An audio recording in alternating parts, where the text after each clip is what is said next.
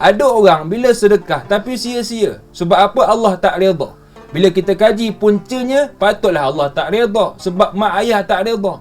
Dia tu ustaz punyalah bantu orang di luar, orang susah di luar negara, Kemboja dan sebagainya. Tapi ustaz, mak dia sendiri di kampung tak pernah dibantunya. Dia sampai keluar ni, paper ni. Orang baca, kau tengok ni, Zakwan, member kita keluar paper ni. Sebab apa? 500,000 disumbang kepada orang susah di Kemboja. Member baca, member bangga. Tapi bila sampai dekat mak dia termenung, sedih. Kita tanya makcik, kenapa makcik sedih? Anak makcik keluar paper ni macam artis tu. Makcik kena bangga lah. Mana tak bangga ustaz? Anak makcik ni sampai ke luar negara dia bantu orang. Tapi makcik sendiri tak pernah dibantu.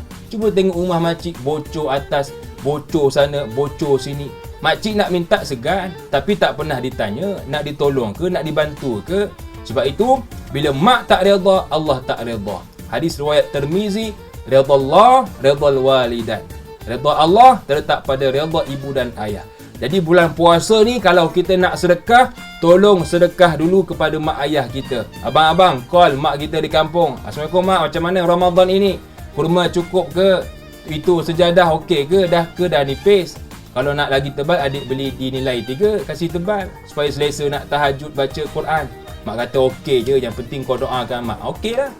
Yang kedua ialah, kata ulama, kalau kita nak sedekah, tolong sedekah dahulu kepada rumah Allah Subhanahu Wa Taala. Sebab rumah Allah ini, dia lain daripada orang lain. Lain daripada tempat lain. Nabi sebut dalam satu hadis, Ahabbul bilad ilallah masajiduha wa abghadul bilad ilallah aswaquha. Tempat yang paling Allah suka ialah rumah Allah. Dan tempat yang tidak Allah suka ialah pusat membeli belah. Hadis ni kalau orang rumah kita dengar, dia buat pekak je. Sebab orang rumah kita dengan pusat membeli belah tak dapat dipisahkan. Bagai awu dengan tebing. Jadi abang-abang nak raya ni macam-macam promosi akan datang ni. Jadi ingat hadis ni. Kalau contoh bini kata, bang jomlah kita pergi ke tempat membeli belah, beli ikan dah nak habis. Kamu tak baca hadis Nabi? Nabi larang pergi ke pusat membeli belah. Nabi suruh pergi masjid. Bini pun jawab, kalau begitu bang tak apalah, kita beli ikan di masjid je. Bukan tak boleh. Boleh nak ke pusat membeli belah. Cumanya kurang-kurangkan, banyakkan di masjid. Sebab masjid kata ulama dia beza dengan tempat lain. Antara sebabnya ialah yang pertama iktikaf. Di masjid tuan-tuan boleh iktikaf. Tapi kalau kita pergi tempat lain, belum tentu dan memang tak boleh kita nak iktikaf. Contoh kita masuk masjid 1 minit kan. Kemudian kita iktikaf, dapat pahala. Tapi kalau kita masuk tempat lain, contohlah di pusat membeli belah kan. Kita nak niat iktikaf, tak boleh. Contoh kita pergi dengan anak kita, dengan isteri kita. Dek, sementara nak tunggu mak kau beli belah. Mak kau tu kalau membeli belah kadang-kadang 2-3 jam. Jadi sementara nak tunggu tu baik kita iktikaf dek di pusat membeli belah ni. Ikut abah lah ya. Okey ayah. Abah pun ajar anak dia, nawaitu i'tikaf fi hadha, pusat membeli belah lillahi ta'ala. Anak pun tengok, ayah sahur dengan ketum ya tadi. Sebab apa? Mana boleh di tempat lain, hanya boleh di rumah Allah. Itu yang pertama. Yang kedua, antara kelebihan rumah Allah, kalau kita tengok kemuliaan yang Allah jaga. Ada orang, maaf cakap, di luar dia terbuka. Tapi bila masuk rumah Allah, automatically dia akan tertutup. Sebab apa? Dia segan. Tapi ada orang, dia asal tertutup tapi terbuka bila masuk pusat membeli belah. Sebab dia kata, ustaz ni tak standard lah ustaz. Kan orang kata orang kampung pula pakai baju kurung, tak dedah sana, tak dedah sini. Nampak? Sebab apa? Itulah kemuliaan yang Allah jaga di rumahnya. Jadi kalau boleh nak sedekah, sedekahlah banyakkan ke rumah Allah. Itu yang ketiga. Yang pertama baca Quran, yang kedua tahajud, yang ketiga sedekah, yang keempat ialah solat duha. Dan yang kelima ialah dengan kita selalu beristighfar kepada Allah Subhanahu Wa Taala. Kata Imam Ibnu Qayyim, kalau kita ni terlampau banyak permintaan, nak doa untuk mak ayah di kampung lagi, nak doa untuk adik-beradik lagi, sepupu sepapat jiran tetangga, sampai satu tahap kita tak terdoa sebab banyak sangat doa. Jadi kata Imam Ibnu Qayyim, kau banyakkan istighfar. Bila kau banyak istighfar, Allah ampunkan dosa kau. Bila Allah ampunkan dosa kau, kau tak minta Allah bagi. Kita nak yang mana? Kalau tanya saya nak dua-dua lah.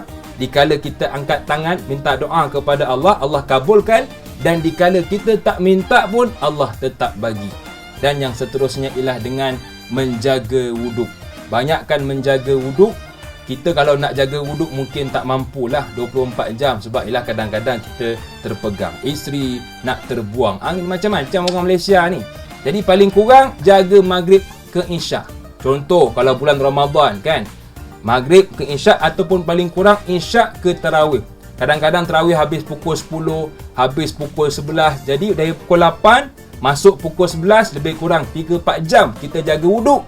Mudah-mudahan dengan kita menjaga wuduk pada tempoh 4 jam itu membuatkan kita dapat pahala yang besar kerana menjaga wuduk.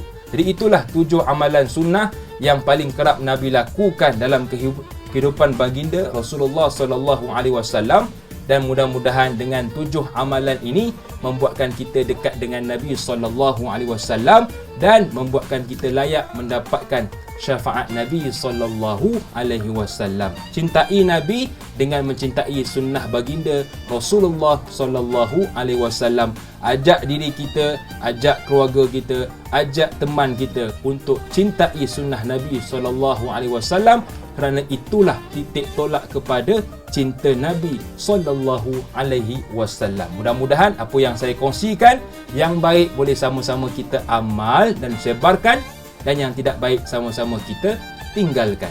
Wallahu a'lam. Assalamualaikum warahmatullahi wabarakatuh.